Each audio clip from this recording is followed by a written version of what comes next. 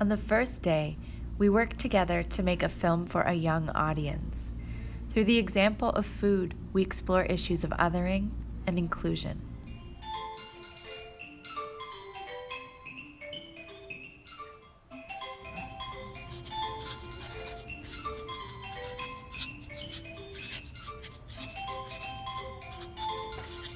Lunchbox Stories.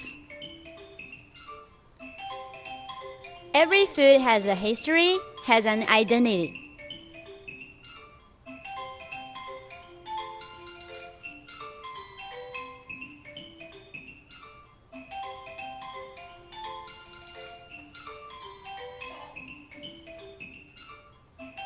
People like to consume food differently. Some like to use their hands, others would use fork, some would use chopsticks. There's no one best way of consuming food. Around the world, people have different table manners. Sometimes we misunderstand each other.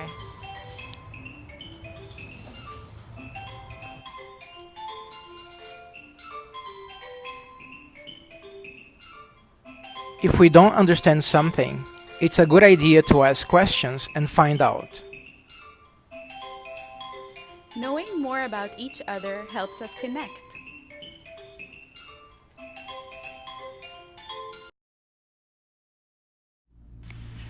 My cell-film shows how you need to walk on very thin ice in order to be considered a good citizen nowadays in Egypt. In Egypt today, you need to believe just enough. Just enough. It's like walking on a very thin line in order to be safe. You sure can pray in the mosque, just not too much. Can go to church, but don't ask for new churches even if your population is growing.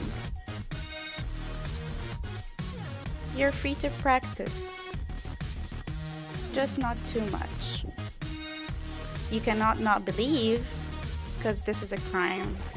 You can't be a pagan. But who gets to decide what's red and what's green? Aren't we all supposed to feel safe regardless? When we were thinking about the film, we wanted to show the historical process of the construction of the extremist positions in Brazil.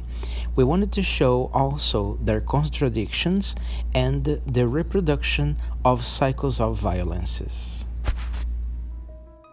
O que é extremismo no Brasil? O Brasil é um país sul-americano, inicialmente habitado por índios.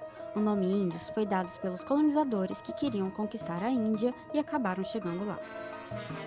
Além de invadir a terra dos índios e catequizá-los com sua religião, os homens brancos da Europa trouxeram seus escravos negros.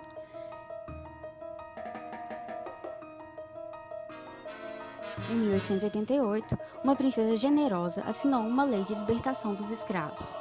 Negros deixaram de ser escravos, mas também deixaram de comer, deixaram de ter onde morar, pois não tinham direitos.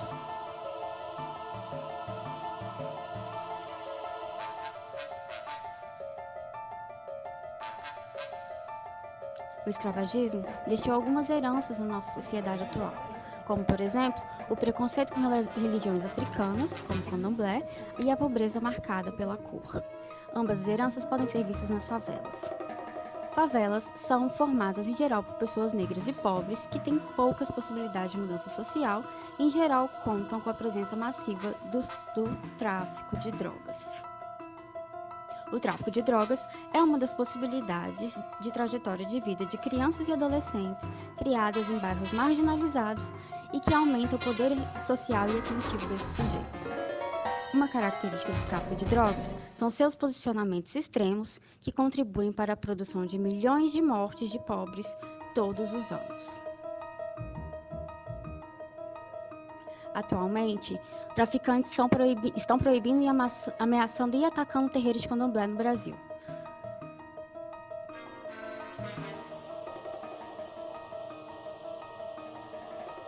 O candomblé é uma religião negra. Os traficantes, em geral, são homens negros que, quando destroem os centros, fazem isso em nome da religião do homem branco. Como aprenderemos então a coexistir sem ignorar, suprimir ou oprimir o outro?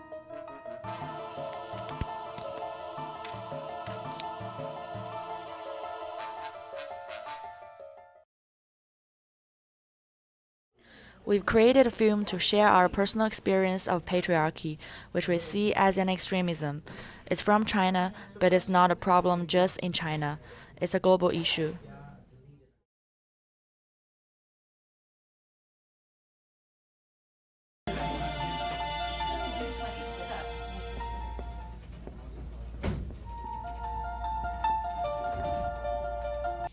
My family is situated in a small town in southwest China. Many people know a lot about one-child policy in China, but it's far more complicated than that. You are allowed to have 2 children if you are an ethnic minority. I'm the second daughter in my family. My mom told me when I was born, my dad even refused to look at me. And it took him 2 months to accept this fact.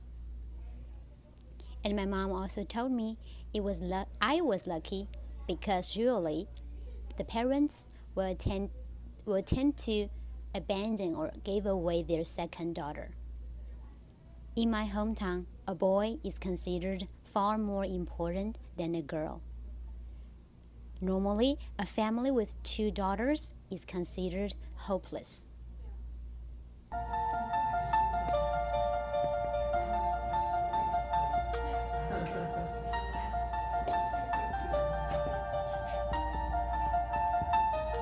My mom is the person that I love the most in the world.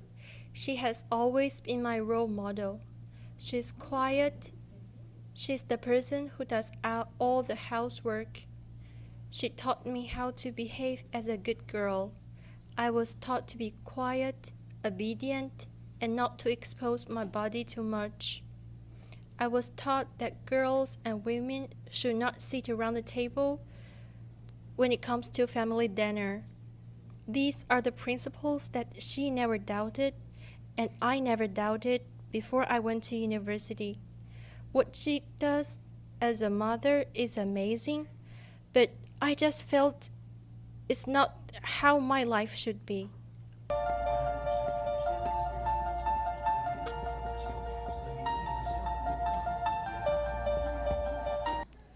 During my college years in Beijing, where it is believed to be the city of highest security standard in China, sexual harassment can happen everywhere, on a crowded bus, on a street at night, or even a library.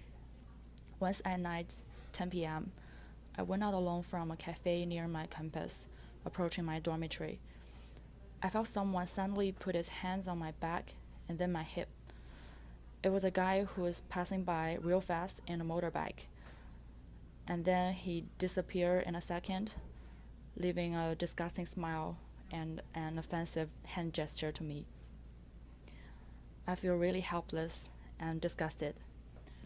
My immediate intuition was to fight back, but then my consciousness told me that I was not his opponent physically. I don't know whom to talk to. Should I keep it as a secret? Several news and cases have suggested that if I report this to the police, they will be like ironic, indifferent, or sympathized but helpless. I was really sad and struggled.